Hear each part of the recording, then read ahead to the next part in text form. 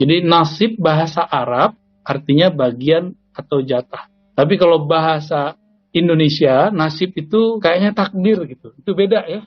Jadi Al-Qasas sedang berbicara tentang prioritas. Yang diperintahkan mana?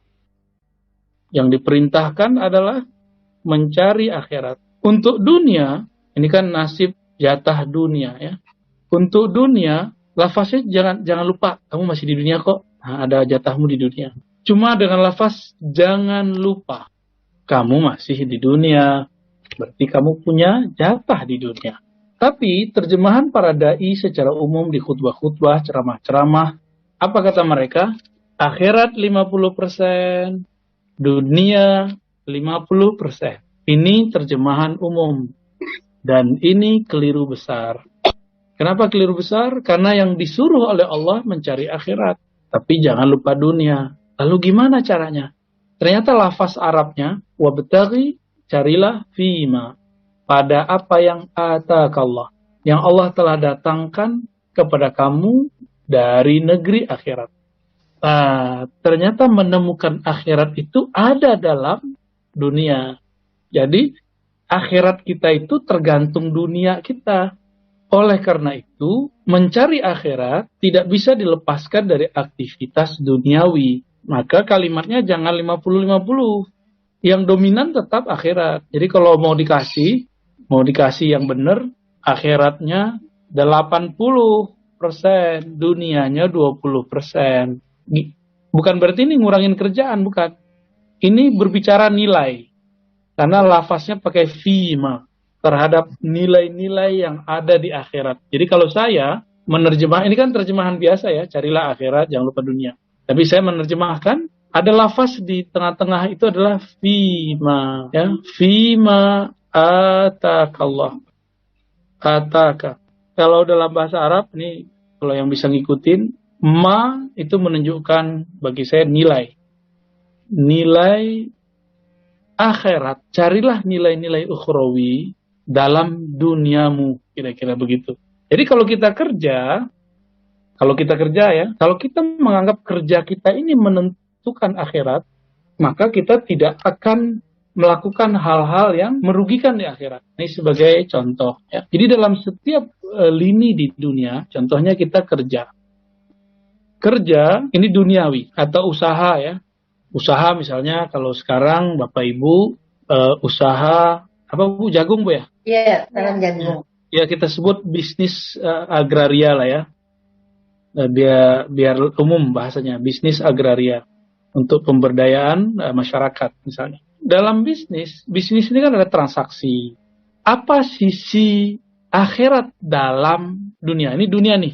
Jadi kalau kita buat ini dunia. Lalu apa akhiratnya? Bekerja yang ikhlas, bekerja yang jujur. Jadi kejujuran, jujur itu adalah nilai dunia yang ada dalam dunia kerja.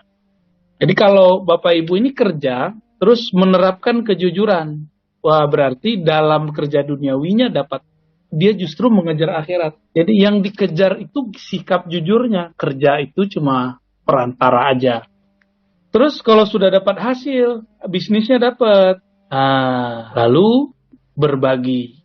Orang berbagi berarti dia sudah mendapatkan tujuan akhir dari dia berusaha. Orang hebat itu bukan orang yang menumpuk hartanya. Orang hebat itu yang dia jika mengumpulkan harta niatnya untuk berbagi kebaikan-kebaikan. Maka di tengah ayat itu adalah faswa ahsin kama ahsanallah. Ya. Berbuat ihsanlah, berbuat baiklah sebagaimana Allah berbuat ihsan, berbuat baik kepadamu. Allah itu baik ke kita tanpa pamrih. Bisa nggak kita berbagi nanti tanpa pamrih? Ini tujuan akhir dari kita bekerja di dunia. Ini baru satu contoh ya. Kalau kita punya karyawan, harus adil.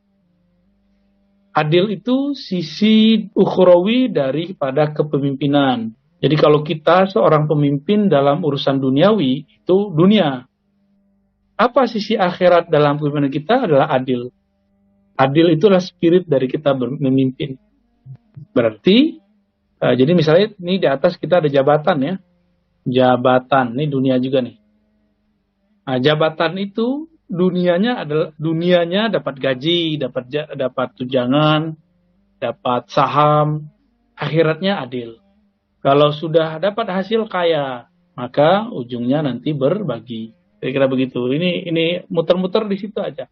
Oleh karena itu, ada ungkapan yang disampaikan oleh para ulama. Kalau bahasa Arabnya, ad-dunya, dunia itu mazra'atul akhirah. Ini bukan hadis, ini ungkapan aja. Mazra'atul akhirah. Dunia itu adalah, apa dunia itu? Mazra'atul akhirah. Apa arti mazra'ah? Kebun. Kebun apa? Kebun akhirat. Bacanya dari kanan ya. Dunia adalah kebun akhirat. Berarti kita bisa nyangkul surga, kita bisa menanam surga dalam dunia. Jadi Bapak Ibu nggak usah khawatir, saya kerja-kerja aja. Coba.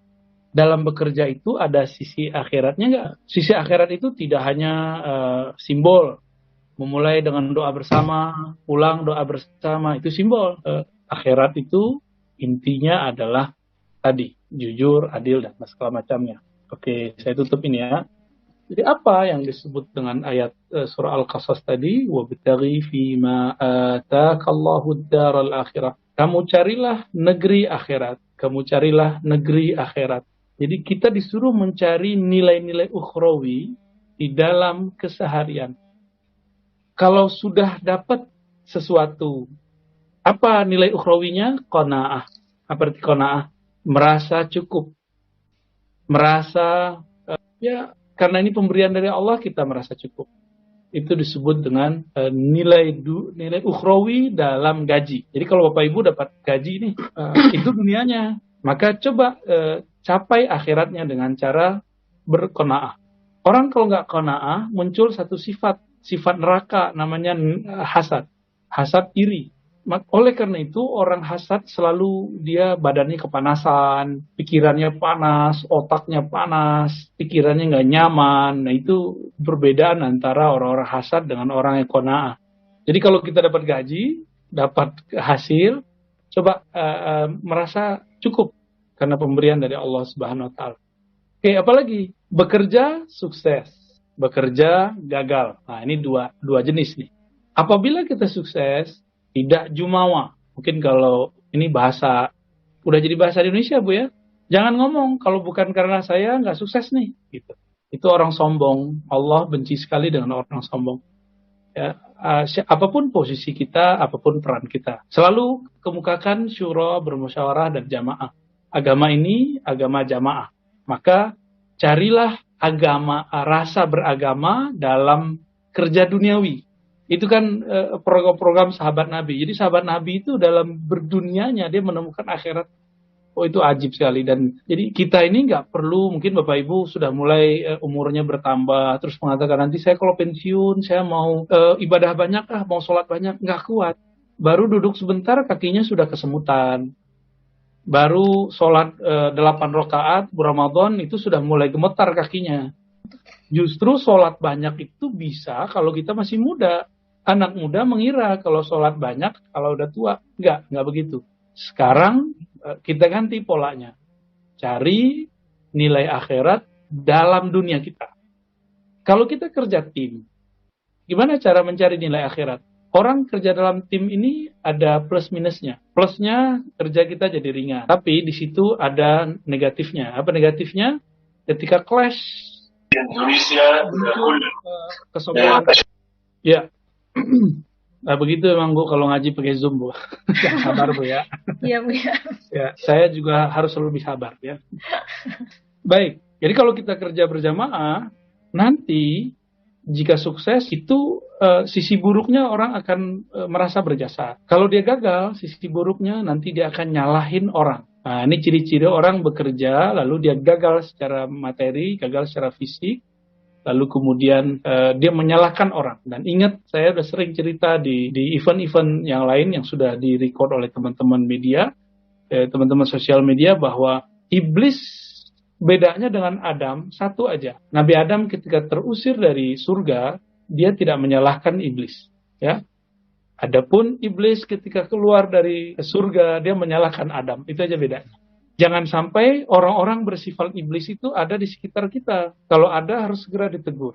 Makanya perlu ada training berkala atau kajian berkala, training spiritual yang diberikan kepada tim-tim kita. Jangan hanya melatihnya secara fisik, dia harus dibimbing juga secara spiritual. Maka para pimpinan juga harus mengupgrade kerohaniannya. Ketika menghadapi masalah seperti itu, jangan panik. Dia nanti bisa membuat pola-pola kerohanian dalam mendidik. Ya. Kelemahan manusia itu kalau urusan duniawi, yaitu fulus memakan, duit makan. Jika dia menjadikan visi hidupnya fulus, duit, dia akan respect sama kita kalau kita memberi dia fulus lebih banyak.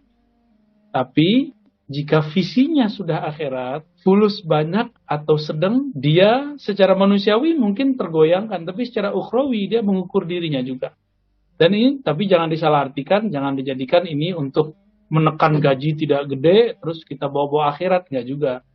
Justru, supaya orang berakhirat itu kuat, dia jangan mikirin duit lagi seharusnya. Maka cita-cita pimpinan harus memakmurkan, mensejahterakan anggotanya semakmur-makmurnya. Nanti tinggal dimasukin bab syukurnya.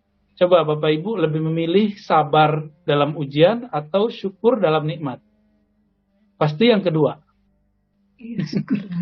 Ya, pasti semuanya memilih saya pengennya syukur dalam nikmat aja deh gitu ya. Kalau sabar dalam ujian kayaknya berat. Padahal dua ini dia terjadi berdampingan. Kan ayatnya begitu. Inna ma'al usri yusra. Ini coba kita tulis ayatnya. Mungkin ayat ini sering dibaca tapi jarang diresapi. Surat yang sering kita baca waktu sholat subuh ya. Inna ma'al usri yusra. Ini ahli bahasa Arab marah ke saya nih nulisnya enggak benar. Yusra. Sesungguhnya inna ma'al usri, bersamaan dengan suatu masalah ada yusran. Dibaca yusra ya. Ini ada kata kunci sebenarnya. Pertama inna. Inna itu dalam bahasa Arab artinya sungguh. Kenapa Allah menggunakan kata sungguh? Berarti banyak orang yang meragukannya. Banyak orang meragukan ini. Maka Allah kemudian banyak orang meragukan kaidah ini. Ini kaidah sebenarnya. Ma'a, apa arti ma'a? Ma'a berarti bersamaan. Kalau bersama itu berarti sama-sama ada. Cuma satu kelihatan, ada alifnya. Al-usri. Al-usri ini artinya tantangan, masalah, krisis, artinya sama itu ya. Bersamaan adanya tantangan, masalah, krisis, ujian, kesulitan ya, bisa juga diartikan semuanya kan sulit, kesulitan. Di situ ada yusra. Ada yang unik dalam kata yusra. Yusran itu umum, lafaz umum. Disebut lafzul am, lafaz am. Ya, kalau alif lamnya ada istighraq ya. Lafzul am berarti umum. Maksudnya ada satu kesulitan, ini satu kesulitan, jalan keluar kemudahannya, arti yusra itu kemudahan atau HP, himpunan penyelesaian ya. Penyelesaiannya banyak, lebih dari satu, more than ya, lebih daripada satu. Jadi masalahnya satu, ini masalahnya satu, tapi jalan keluarnya lebih dari satu. Itu maksudnya. Jadi kalau ada satu masalah, bisa diselesaikan dengan banyak cara. Apa saja masalahnya? Masalah pandemi kah? Masalah paceklik kah? Masalah hama. Ya, salah satu masalah bisnis agraria adalah hama. Ya. Itu bisa diselesaikan dengan banyak cara. Nah, tapi orang nggak percaya. Setiap kali ada kesulitan, ada banyak jalan kemudahan. Orang nggak percaya, kurang percaya. Maka Allah gunakan kata sungguh, benar-benar. Setiap kali ada kesulitan, ada kemudahan. Setiap ada masalah, bersamaan dengan itu ada yusra.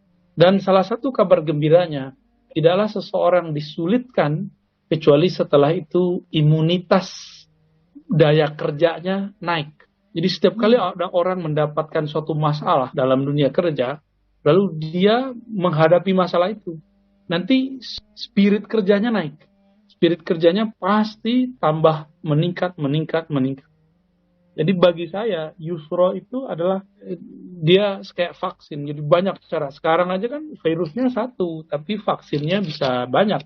Ada Sinovac, ada Astra, ada Pfizer, ya macam-macam lah ya, Moderna, banyak. Kira-kira seperti ini. Dan ayat ini ditulis 2 kali berurutan. Berarti Allah ini ngomong serius. Tapi dasar memang kita kurang yakin kepada Allah, akhirnya kita kemudian tidak meyakini. Jadi karena dia 2 kali, berarti sungguh-sungguhnya juga 2 kali. Berarti 2 kali juga. Kalau ditambahkan 4 kali. Allah udah seriusnya bukan main itu. Ya, masalahnya kita kurang yakin dengan keseriusan Allah. Lalu, bagaimana caranya? Jangan pernah lari dari masalah, tapi selesaikan masalah. Orang yang lari dari masalah itu tidak akan pernah habis. Masalah itu cuma akan hilang sesaat, lalu nanti akan berlanjut. Apa saja ya. Jadi orang-orang yang sudah tahu visinya akhirat, itu dunia bagi dia ringan. Ini hadis terakhir yang saya mau sampaikan. Hadis riwayat Imam Tirmizi. Di hadis Imam Tirmizi, kalau kita terjemahkan, ya, HR Tirmizi, hadis riwayat Imam At-Tirmizi. Dia membahasnya dalam riwayat-riwayat tentang kezuhudan, ya. Tirmizi ini murid dari Imam Bukhari. Apa kata Nabi SAW? Saya buat pakai ilustrasi saja, ya. Siapa yang visi hidupnya adalah jauh, yaitu akhirat. Siapa yang ini visi ya, ini garis visi hidupnya akhirat, maka Allah akan datangkan dunia kepadanya dan dunia tunduk kepadanya. Jadi dunia itu datang kepada dia, ya. Dunia datang kepadanya. Kenapa? Bagi dia visi dia jauh. Ya sekarang lagi di mana nih ya? Kita sedang mengejar. Dunia itu bagi dia cuma di sini. Dunia datang sendiri karena tujuan dia akhirat. Kalau bahasa orang-orang tua dulu, siapa yang nanam padi pasti rumput tumbuh. Tapi kalau nanam rumput, padi pasti tidak tumbuh. Itu maksudnya. Ya. Dibalik, siapa yang visi dia dunia, kan pendek berarti. Di visi dia cuma dunia. Nggak nyampe, putus-putus ke akhirat. Akhirat nggak nyampe, akhirat ketutup. Apa kata Nabi? Maka dunia tidak dia dapat kecuali sebatas jatahnya, nasibnya. Jadi dia dapat dunianya, ngoyo kalau bahasa orang Jawa ya. Bersusah-susah menjaga ini. Dunia kan tetap terlepas. Enggak dilepas di masa muda, dilepas di masa tua, pensiun. Enggak lepas masa tua, dilepas dengan kematian. Masuk ke alam akhirat. Jadi tinggal kita pilih. Nah, ciri-ciri orang visinya duniawi, teman-teman, bapak-bapak, ibu-ibu, ini ciri-cirinya menghalalkan segala cara. Dia halalkan segala cara. Yang penting dia enak di dunia. Ini ciri-ciri orang yang pengen dia sukses cuma di dunia. Tapi siapa yang suksesnya maunya di akhirat, visi dia jauh. Dia tidak mungkin menghalalkan segala cara. Dia hanya menghalalkan yang dihalalkan Allah. Ya. Jadi tinggal pilih. Ini bahasa Arabnya himmah. Ya. Himmah itu boleh disebut visi dalam hadis ini. Walaupun dalam bahasa Arab terkini, visi bukanlah himmah. Visi bisa diartikan tujuan. Ya. Siapa yang tujuannya akhirat, maka dia tidak mungkin berbohong, dia tidak mungkin menyuap. Tapi kalau dia visinya dunia, yang penting dunianya dapat. Kalau membunuh diperlukan, dia bunuh orang. Kalau berbohong diperlukan, kalau perlu berbohong aja. Jadi menghalalkan segala cara gimana? Ya dengan bohong, ya suap, apalagi zolim, sikut sini, sikut sana, itu duniawinya. Kalau lawannya apa? Bohong lawannya jujur. Berarti di sini dia jujur. Kalau lawan suap ya sama ya, jujur juga tuh. Zolim berarti dia adil. Udah. Itu aja modalnya. Berarti ciri-ciri orang visinya akhirat, dia punya karakter yang tadi saya sebut di depan, jujur dan adil. Siapa yang karakternya lebih banyak punya visi duniawi, bohong, suap, zalim, ini lebih tinggi. Lebih banyak dalam hidupnya. Karena yang penting bagi dia gaya hidup dunia bener. Orang ini ciri-cirinya dia lifestyle-nya nggak. Ya begitulah. Kalau di sini tidak, isinya lebih baik. Baik, kira-kira itu Bapak Ibu refleksi sederhana dari surat Al-Qasas ayat 77 ya. Angkanya sangat menarik sekali, 77. 7 merupakan angka yang sangat unik dalam Al-Quran, angka yang menunjukkan lipatan bumi, lipatan langit, dan segala macamnya. Lebih kurang itu Bu Heni, saya kembalikan. Ya. Baik Bu ya, terima kasih Bu ya. Kita buka sesi tanya jawab ya Bu ya. Ya, silakan. Biar teman-teman bisa lebih paham. Ini sebelum kita buka sesi tanya jawab, saya mendengar keluhan-keluhan dari para teman-teman Bu ya. Saya sudah banyak melakukan kegiatan untuk akhirat. Saya sudah banyak melakukan ini, saya sudah bersedekah, saya sudah ini seperti kegiatan untuk akhirat lah. Tapi kenapa sih kok Allah belum membukakan jalan buat saya untuk bisa mendapatkan hasil yang maksimal di usaha atau di segala macam? Nah, itu pertanyaannya satu Bu ya. Terus yang kedua, satu dulu, takut lupa. Ya. Ini kan teman-teman sudah banyak melakukan kegiatan untuk kegiatan akhirat lah, ibaratnya seperti sholat saya sudah nih, saya sudah sholat, saya sudah sedekah, saya sudah juga puasa Senin Kemis nih, pokoknya kegiatan dunia untuk akhiratnya sudah mereka kerjakan. Tapi di satu sisi, kenapa sih kok masih ada cobaannya yang Allah kasih, kok dunia saya juga belum dapat nih gitu, kok masih gini-gini aja kehidupan saya, nggak berubah, itu kenapa ya gitu. Nah, itu satu. Ya. Itu berarti dia sekuler ya. Orang ini orang sekuler. Orang sekuler itu memisahkan antara ritual dengan pekerjaan duniawi. Bagi saya ini tidak boleh dipisahkan. Gak ada urusannya banyak sholat dengan sukses. Kalau mau sukses dunia, banyak kerja, bukan banyak sholat. Beda kan? Beda. Kaget ya. Kalau mau sukses, bukan banyak puasa, tapi banyak sungguh-sungguh. Jujur. Kalau ada orang jujur, karakternya lebih membuat harum, orang akan kenal. Kalau perkataan mengatakan kalau jujur hari ini nggak makan, itu nggak benar ya. Hatta musuh Islam, hatta orang-orang duniawi bekerja di dunia bisnis, itu yang dicari orang jujur. Terus kok muncul ungkapan-ungkapan kalau jujur hari ini nggak makan, oh berarti dia ketemu orang yang dia sebenarnya tidak pernah jujur, dengan itulah dia makan ya, orang-orang itu. Jadi kalau mau sukses dunia teman-teman, bukan dengan sholat sunat 1000 rakaat, cukup kita sholat wajib lalu kita berusaha. Contoh saya dunia ngajar di kampus, ngajar di pesantren, ngajar di masjid. Saya mengajar kekayaan saya bukanlah dengan usaha seperti berdagang, komoditi barang, tidak. Aset saya adalah bacaan saya sendiri dan wawasan. Supaya ngajarnya enak, gimana? Ya saya bukan banyak sholat, bukan banyak puasa, banyak baca, gitu. Jadi jangan kemudian disalah-salahkan sholatnya. Kok sholat saya tidak membuat saya sukses ya? Ya iya. Kan sholat urusannya urusan hak badan, hak sujud. Kalau usaha ya beda. Itulah kemudian yang membuat kenapa banyak orang non-muslim mereka lebih sukses. Karena mereka fokus. Nggak membenturkan urusan spiritual. Spiritual itu cuma mensupport, menguatkan kita supaya prinsip-prinsip dalam ritual itu kita pakai dalam kita berusaha. Contoh, orang sholat itu pasti jujur. Misalnya Bu Heni misalnya kalau sholat Isya nggak dilihat oleh suami, nggak dilihat oleh anak, pasti nggak berani ngurangin sholat Isyanya jadi 3 rakaat. Nggak ada yang lihat nih, 3 rakaat aja deh gitu. Kan nggak ada. Prinsip itu dibawa ke dunia kerja, walaupun kita nggak dilihat orang, kita tetap jujur. Yang begini nih pasti disukai. Kejujuran itu satu yang harum, akan tercium oleh siapa saja yang ingin berkembang secara besar.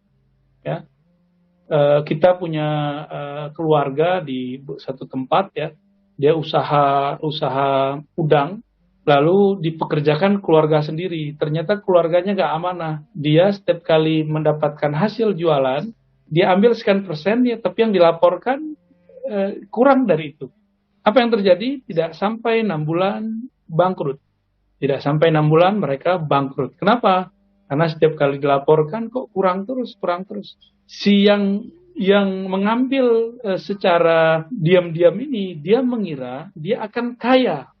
Tapi dia lupa, dia hanya kaya sebentar, tidak kaya lama. Coba dia jujur, mungkin 10 tahun akan bertahan itu usaha. Berarti dia kayanya pelan-pelan dan tapi permanen gitu. Berbeda dengan tadi karena dia ambisi duniawinya tinggi, dia kemudian tidak jujur. Apa yang terjadi? Dia sukses 6 bulan, tapi sampai matinya dia tidak pernah lagi menemukan pekerjaan yang benar. Ini contohnya. Jadi tolong jangan dibenturkan antara sholat yang banyak, puasa yang banyak. Itu kiainya kayaknya kurang pas itu ngajarinnya ya. Kiainya nggak ngerti dunia, kiainya ngerti wirid sama ngerti kitab, nggak ngerti dunia dan alam semesta. Wallahu a'lam.